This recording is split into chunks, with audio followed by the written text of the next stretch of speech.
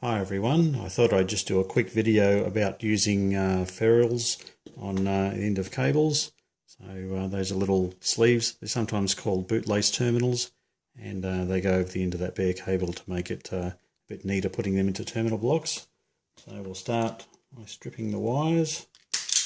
So we'll do that one first, and just slip the terminal over it, and you can see it's poking through, the copper's poking through the end. Make sure it's all the way through.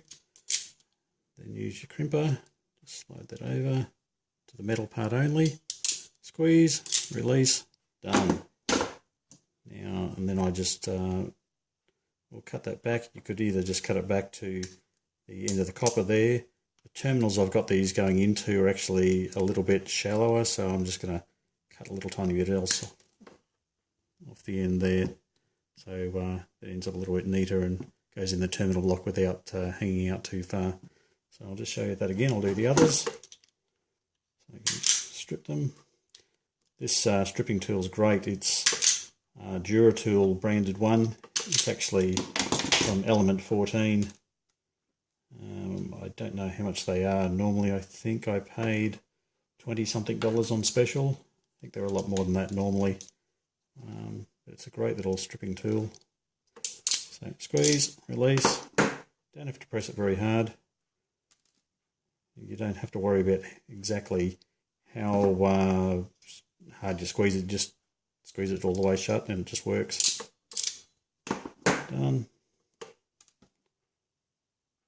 So this is 1.5mm cross-sectional area cable, and those ferrules or bootlace terminals are 1.5mm as well.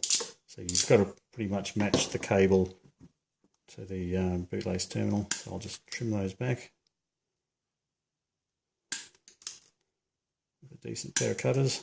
There's some nice cutters.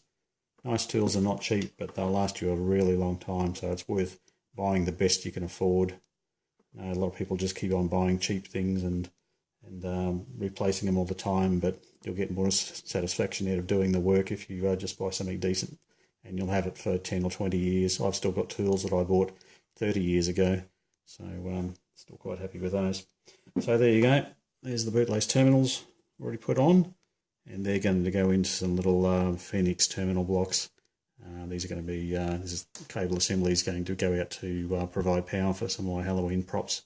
And I've already done a similar one to bring power down to the front of my garden area for Christmas from my main power source.